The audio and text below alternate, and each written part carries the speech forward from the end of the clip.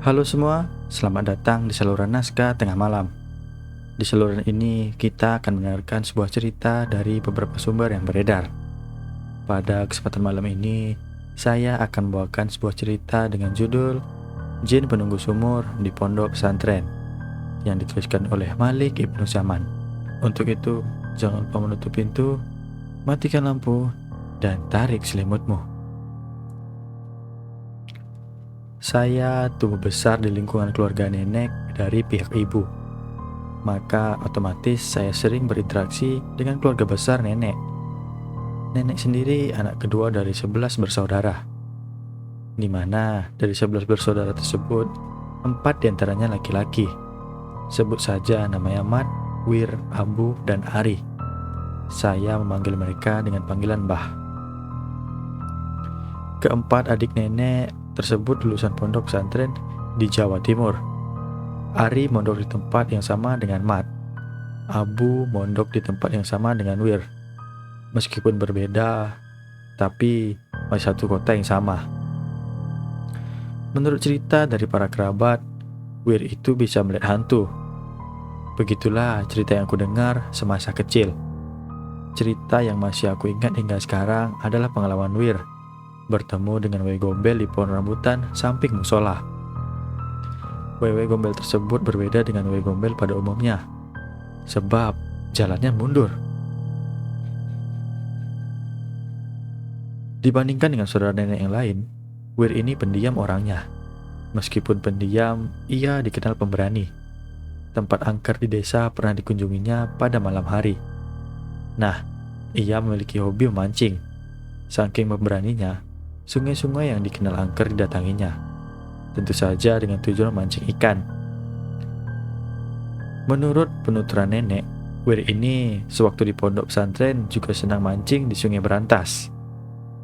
Di tahun 2021, suami dari kakek nenek, dengan kata lain kakak ipar nenek, itu meninggal dunia.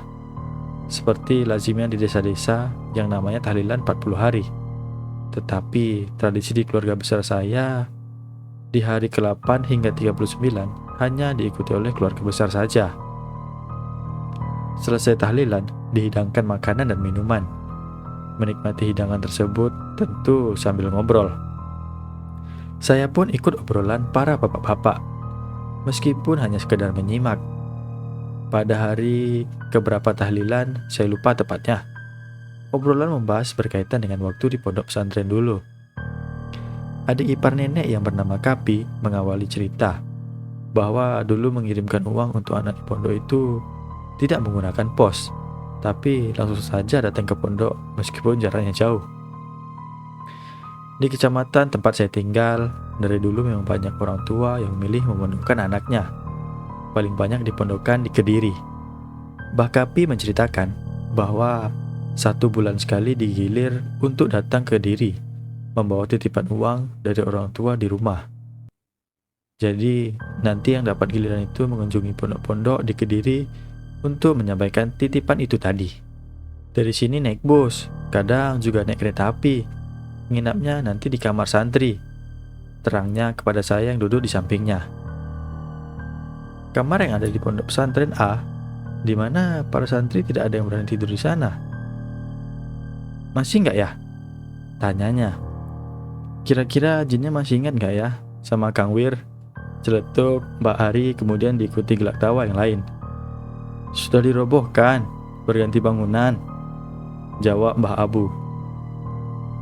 Lebih lanjut Mbah Abu menceritakan bahwa santri tidak ada yang berani tidur di kamar tersebut. Sebab ketika tidur di kamar tersebut, ketika bangun berada di atas sumur. Jin berpostur tinggi dan besar itu menempati sebuah lemari di kamar tersebut. Para santri juga tidak ada yang berani menggunakan lemari tersebut, sebab pasti menggunakan lemari tersebut sakit.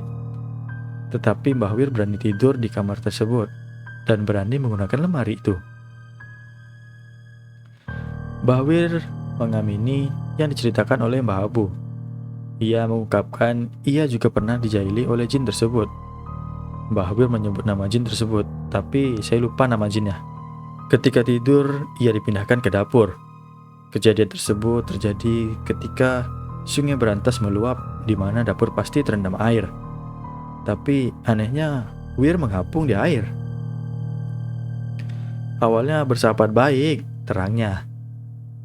Mbah Wir menjelaskan bahwa singkat cerita, jin tersebut merasuki dan mengendalikan dirinya. Dengan kata lain, mengalami kesurupan. Kejadian tersebut diketahui oleh kiai pengasuh pondok pesantren. Mbah Wir pun dikurung di kamar, dan kiai pun kewalahan. Waktu Kang Kapi ke pondok disuruh bapak, itu semalamnya mengantuk parah. Saya saja nggak berani nemenin, timpal Mbah Abu. Akhirnya ia pun dibawa pulang ke rumah untuk diobati.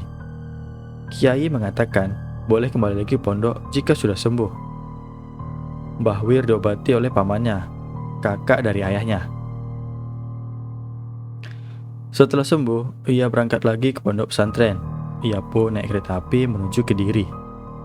Jangan dibayangkan kondisi kereta api zaman itu seperti sekarang ini. Para pedagang asongan bebas keluar masuk. Saat kereta api masuk ke Kediri, ada kakek berbaju putih menawarkan 5 buah rambutan. Namun tidak ada satupun yang mau belinya, sebab harganya mahal sekali, yaitu 15.000. Nominal tersebut zaman itu ya besar sekali nilainya. Kemudian oleh Mbah Wir dibeli. Uang sakunya kebetulan pas sekali 15.000. Ia tanpa pikir panjang membelinya, sebab uang tersebut adalah uang bekalnya di pondok selama 1 bulan. Selepas kakek tersebut pergi, ia pun mengupas rambutan tersebut. Pas dikupas rambutan ke-1 dan ke-2, isinya kosong. Rambutan ke-3 dan ke-4 isinya hanya biji. Nah, ketika rambutan ke-5 dikupas, isinya jimat teropong. Beberapa penumpang pun berusaha untuk menawar jimat teropong tersebut dengan harga berapapun. Namun, Mbah Wir menolaknya. Jadi jimat teropong tersebut bentuknya seperti cincin dengan permata yang berlubang. Menurut Mbah Wir, lubang tersebut fungsinya seperti teropong, bisa melihat tempat yang jaraknya jauh. Akan tetapi jimat teropong tersebut hilang tak kala Mbah Wir baru lulus dari pondok pesantren. Hilangnya bukan hilang karena dicuri, tetapi jatuh entah kemana.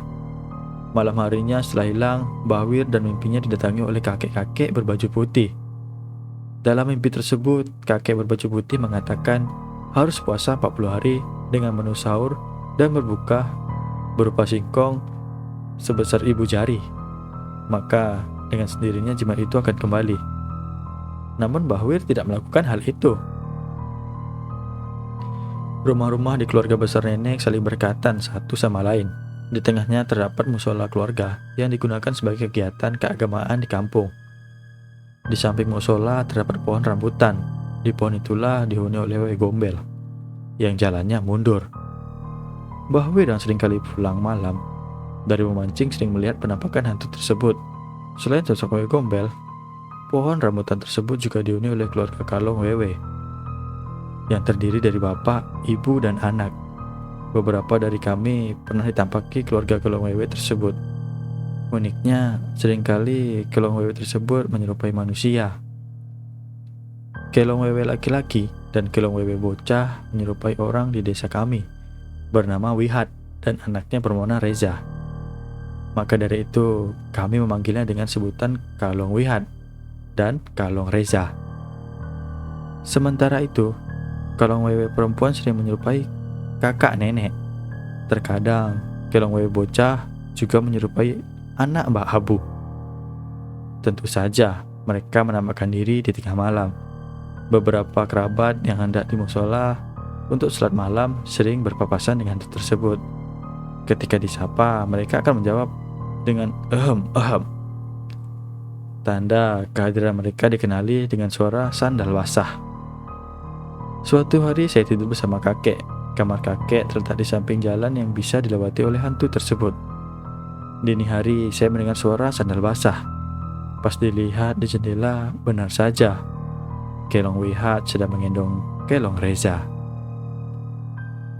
Nah, yang sering ditampaki oleh mereka ya Mbah Wir, karena memang ketika memancing pulangnya selalu larut malam.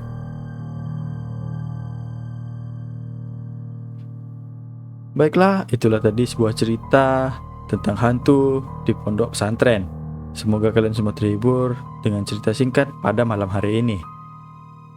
Sampai jumpa di episode selanjutnya.